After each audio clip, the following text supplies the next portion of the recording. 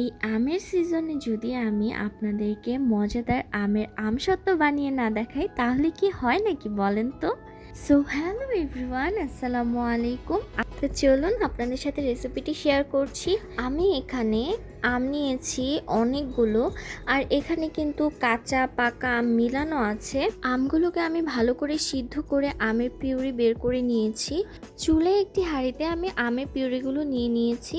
আর এখানে হচ্ছে আমি আমার স্বাদ মতো মরিচের গুঁড়া, হলুদের গুঁড়া, চিনি, ধনিয়া, আমি আস্ত ধনিয়াকে আমি বেটে হালকা একটু গুঁড়া করে নিয়েছি, পুরো গুঁড়ো করে নিইনি। আর দিয়েছি লবণ, আর দিয়েছি হচ্ছে বিট লবণ। এখানে কিন্তু আমি পুরোটাই আমার টেস্টের ওপর ডিপেন্ড করে আমি কিন্তু এখানে আমি ব্যবহার করেছি। আপনারা আপনাদের স্বাদ মতো এখানে ব্যবহার করবেন। এখন খুব ভালো করে আমি মিশিয়ে নিচ্ছি। আমি টেস্ট করে দেখেছি আমার এখানে চিনি, লবণ এগুলোর পরিমাণ আরও প্রয়োজন, তাই আমি এগুলো ব্যবহার করেছি আর একটু বেশি পরিমাণ করে আমার স্বাদ মতো।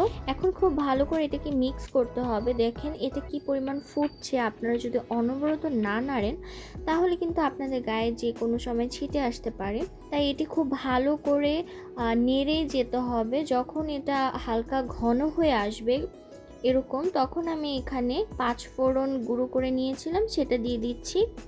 আর সবার লাস্টে হয়ে আসার আগে আমি একটু চিলি ফ্লেক্স দিয়ে দিয়েছি। আপনারা এটা চাইলে স্কিপও করতে পারেন। তো আমার দেখেন আমসত্ত্বর মিশ্রণটা তৈরি হয়ে গিয়েছে। আমি এখন একটা কুলার মধ্যে সামান্য পরিমাণ সরিষার তেল ব্রাশ করে নিয়েছি।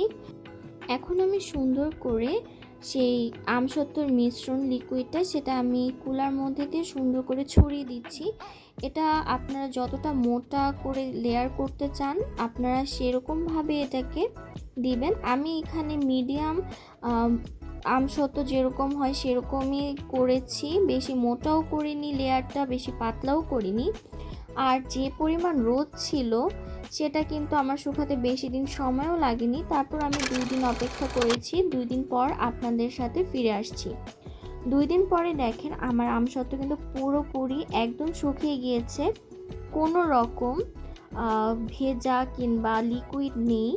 দেখেন কি সুন্দর টান দিলে উঠে আসছে। আমি কিন্তু আগের দিন অর্ধেকের একটু কম খেয়েও ফেলেছি, এত মজা লাগে আমার এই আমসত্ত্ব। আমি লোভ সামলাতে পারিনি। তো আপনাদেরকে আমি এখন সুন্দর করে কেটে দেখাবো। আমি আমার পছন্দ মতো লেয়ার করে কেটে নিয়েছি। তারপরে হচ্ছে আমি সুন্দর করে গোল গোল করে আমি হচ্ছে একটি জারে স্টোর করব। তো দেখেন আমার আমসত্ত্ব কিন্তু একদম পারফেক্টলিভাবে হয়ে গিয়েছে। বাহিরের অস্বাস্থ্যকর আমসত্ত্ব খাওয়ার থেকে আপনারা যদি বাসায় এই আমের সিজনে অনেক ধরনের আমসত্ত্ব তৈরি করে রাখেন আপনারা কিন্তু সারা বছর জুড়ে এটি খেতে পারবেন। বাসায় তৈরি করা আমসত্ত্ব আর বাহিরের আমসত্ত্বর মধ্যে কিন্তু অনেক পার্থক্য রয়েছে। আপনারা স্বাস্থ্যসম্মত বানাচ্ছেন, ধুলোবালি মুক্ত ঘরে কিন্তু আমসত্ত্বটি তৈরি করে ফেলতে পারছেন। তাই দেরি না করে এই আমের সিজনে অনেক অনেক অনেক ধরনের আপনারা আমসত্ত্ব তৈরি করে বাসায় স্টোর করে রাখেন, যাতে করে সারা বছর জুড়ে খেতে পারেন।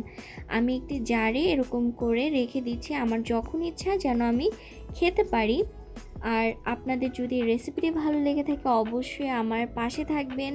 যারা এখনো সাবস্ক্রাইব করেননি তারা অবশ্যই সাবস্ক্রাইব করে ফেলবেন। আমার ভিডিওটিতে লাইক দিতে ভুলবেন না। Thanks for watching.